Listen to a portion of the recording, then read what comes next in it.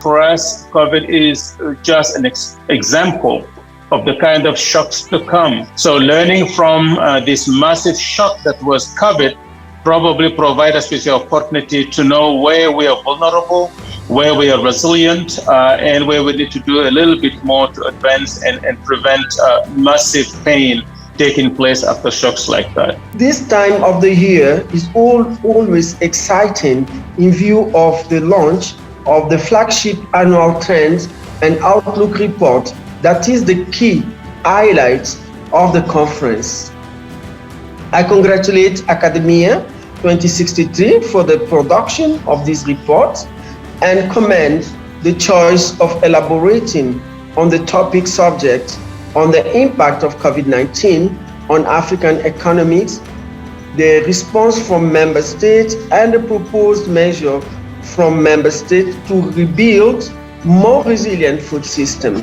USAID and the AUC announced at COP26 the Comprehensive Africa Climate Initiative, we're calling it CACI. Through CACI, we're aiming to leverage the expertise of Academia 2063, along with the regional network of agricultural policy research institutes, so that we can support African countries to implement their national determined contributions, their NDCs, as well as the development of national adaptation plans under the Paris Agreement.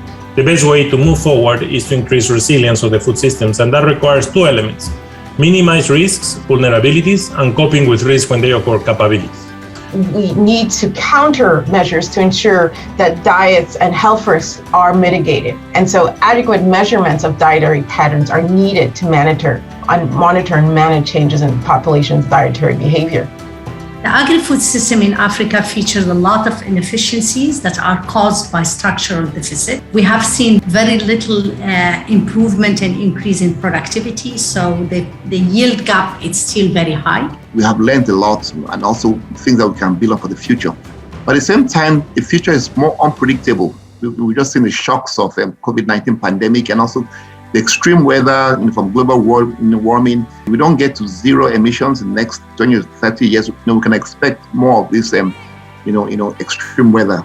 What we discovered is that during the pandemic itself, the information that was going to farmers, it caused a lot of panic to farmers.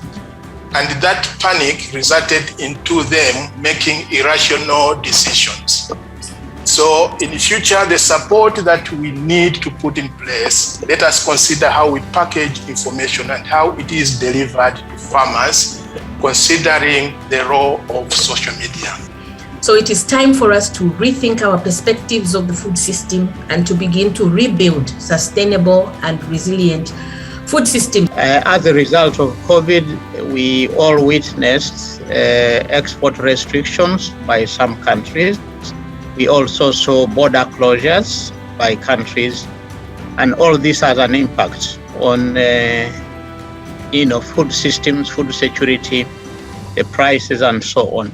We must know a lot more about what people eat. It's incredible that our quality of our information on dietary intake is poor, not only on what people eat, but why they consume the foods they do and where they source their foods. It's extremely scarce, particularly in Africa. When COVID came in, we're having the highest number of food insecure people ever. I can say the last 10 years. We worked with member states to expand and improve social protection programs so that at least they could target the most vulnerable people.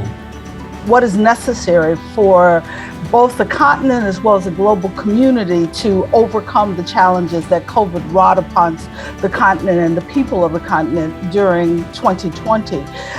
The questions of how we move forward as we move through this discussion today, we will begin to answer.